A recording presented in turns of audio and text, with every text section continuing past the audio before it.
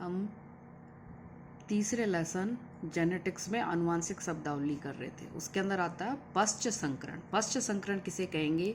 जब F1 पीढ़ी के अंदर जो पौधे प्राप्त होते हैं उनका संकरण प्रभावी जनक या अप्रभावी जनक से करवाया जाता है। जैसे हमने लंबे और बोने पौधों में किया था कि कैपिटल टीटी प्रभावी था और स्मॉल टीटी अप्रभावी था, तो दोनों जनक थे।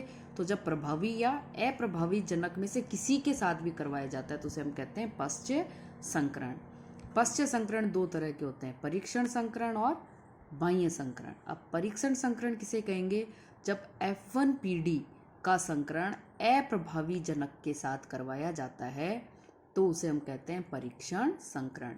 जैसे हमने संकरण करवाया था कि कैपिटल टीटी और स्मॉल टीटी पौधों में जब संकरण करवाया तो F1 पीढ़ी हमें क्या प्राप्त हुआ था? कैपिटल टी और स्मॉल टी। तो F1 पीढ़ी के पौधे हैं जो कैपिटल टी और स्मॉल टी, उनका अप्रभावी जनक स्मॉल टी शुद्ध बोने पौधे, उनके बीच में जब संकरण करवाया जाता है तो हमें पौधे प्राप्त होते हैं कि युग्मक बनेंगे। इसके युग्मक बने कैपिटल टी स्मॉल टी, इसके स्मॉल टी, दो युग्मक होंगे। इनमें संकरण बने ये टी और ये T, capital T small T, ये small T, capital T small T और स्मॉल टी। अब इसका लक्षण प्रारूप क्या रहा है कि ये दोनों पौधे तो क्या है? लंबे हैं, और ये दोनों पौधे क्या हैं? पौने हैं। लंबे हैं लेकिन विषम युग्मजी की है। तो हमारे लक्षण प्रारूप क्या प्राप्त हुआ? 2:2 हो गया। इसका मतलब 1:1 हो गया, कि 50% लंबे पौधे हैं और 50% ही बोने पौधे प्राप्त होते हैं। जीन प्रारूप भी 1:1 ही है, क्योंकि ये दोनों क्या है? संकर लंबे और ये शुद्ध बोने पौधे हैं।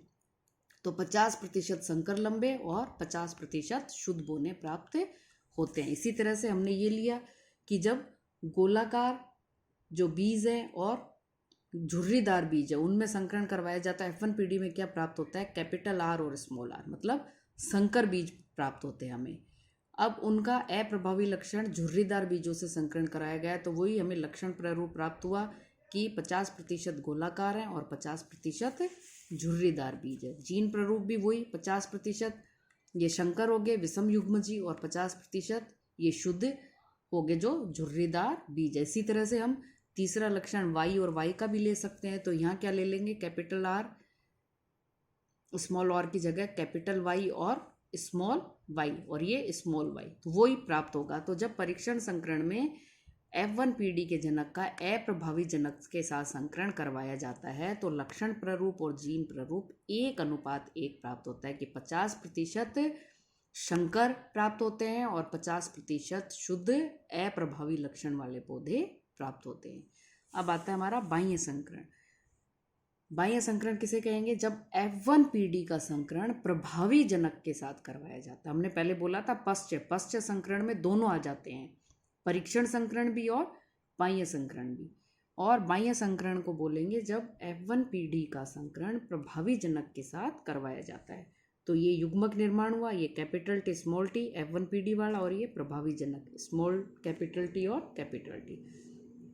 इनसे ये कैपिटल टी, ये दोनों capital T small T, capital T और स्मॉल टी। मतलब लक्षण प्रारूप क्या है इसका? पूरे के पूरे चारों के चारों पौधे कितने हैं? शुद्ध, वो क्या, शंकर लंबे और शुद्ध लंबे पौधे। लेकिन लक्षण प्रारूप में क्या होता है? हमें बाह्य प्रतीति प्राप्त होती है, इसलिए ये चारों के चारों पौधे क्या हैं? लंबे पौधे हैं, तो हमें 100% लंबे पौधे प्राप्त होते हैं। जबकि जीन प्रारूप क्या है इसका? 1:1, मतलब 50% शुद्ध लंबे और 50% शंकर लंबे पौधे प्राप्त होते हैं। इसी तरह से हम बीज के गोलाकार आकार में ले सकते हैं, ये इसका F1 पीढ़ी का पौधा और ये प्रभावी जनक। तो वही लक्षण प्रारूप हमें 100% गोलाकार बीज प्राप्त होते हैं, और जीन प्रारूप में 50% तो शुद्ध गोलाकार होते हैं और 50% शंकर गोलाकार बीज हमें प्राप्त होते हैं। इसी तरह से ये उदाहरण हम कोई भी ले सकते हैं। पुष्प के रंग का ले सकते हैं, बीज के आकार का लिया, पौधे की लंबाई ली, या बीज का रंग लिया। कोई भी हम उदाहरण लेके इसको समझा सकते हैं। लेकिन हमें ये ध्यान रखना है कि परीक्षण संकरण में F1 पीढ़ी के अंदर जो पौधे आते हैं उसका संकरण अप्रभावी जनक के साथ किया जाता है, और बाह्य संकरण के अंदर F1PD का संकरण प्रभावी जनक के साथ किया जाता। और ये हमें चक्कर बोर्ड से, जिससे कि गलती नहीं हो।